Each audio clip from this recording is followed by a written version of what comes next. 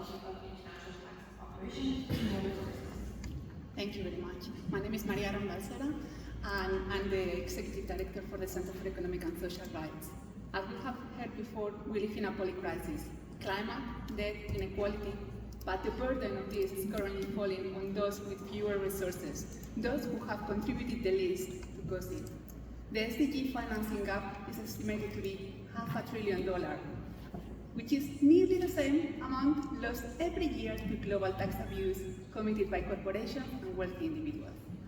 The energy transition would require an additional $1 trillion every year, and the loss and damage fund requires $400 billion per year. These figures might seem too big, especially when rich countries are not paying their fair share, and the economic burden and climate change consequences disproportionately fall on lower-income countries. Most solutions offered by the international financial institutions rely on promoting market-based mechanisms, such as unlocking private sector finance, using public finance for de-risking approaches, and scaling carbon markets. Solutions based on borrowing further exacerbate the debt crisis as well as the climate crisis because of the vicious cycle of debt repayments, which impose an extractive economy based on exporting natural resources and industrial agriculture. Borrowing also comes with conditionalities: fiscal consolidation, also known as austerity, shifting money away from essential public services such as health and education to debt repayment. The gap on public services is largely subsidized by unpaid care work, which disproportionately falls on women and girls. Debt repayment should not trump human rights or the state's legal obligations to raise and allocate the maximum available resources to finance economic and social rights and finance the climate transition. So where should the money come from? Where is that magic money tree? Well, military spending keeps increasing, $2.4 trillion in 2023, with the genocide in Palestine reminding us of the consequences of this escalation.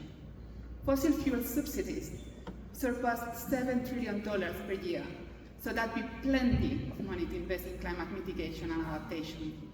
A wealth tax on Europe's super-rich individuals would bring $1.2 trillion per year.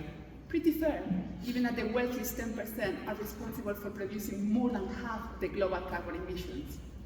However, the current global financial architecture, designed during colonial times, mainly represents the interests of its founders, particularly rich corporations and individuals in those countries, and is exacerbating the polycrisis. Global economic governance needs to take place in a multilateral, democratic, and transparent forum. International tax cooperation and negotiations should take place at the UN, moving the setting of tax rules to a multilateral, legitimate, and transparent forum where countries have equal voice. The UN Framework Tax Convention presents a historical opportunity. Tackling illicit financial flows and global tax abuse is paramount. Automatic exchange of information, public beneficiary ownership register, and a public country-by-country reporting are foundational for transparency and accountability. Raising domestic resources through fairly taxing corporations, taxing wealth, particularly the accumulation of illegitimate wealth, excess profits, and eliminating harmful tax incentives are crucial to finance human rights, development, and climate transitions. We need a gender equality in tax and fiscal system to eliminate the explicit and implicit biases. Gender inequality is exacerbated by the gender-blind tax negotiations, policy design, and institutionalized incoherence. The current neoliberal and orthodox fiscal governance and policy roadmap has generated huge damage by the unequal distributions of resources and weak standards of transparency and accountability. The transformation of the financial system and development of a fair and green economic architecture requires introducing and expanding targeted tax measures, including wealth taxes, windfall and excess profit taxes, and sectoral levies on polluting industries, as the highest emitters are also those responsible for most lost tax revenue. Tax abuse and loopholes at the corporate and individual level must be closed to ensure everyone pays their fair share, following the common but differentiated responsibilities and respective capabilities.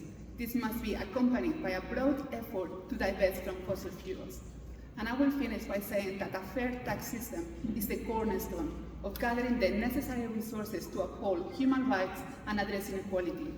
States can foster a fairer society by leveraging taxes as a means to generate revenues, to resource rights and public services, redistribute wealth to reduce inequality, reprice goods and services to disincentivize harmful practices, enhance representation to improve democratic governance, and redress the historical legacies of colonization and ecological damage. Thank you.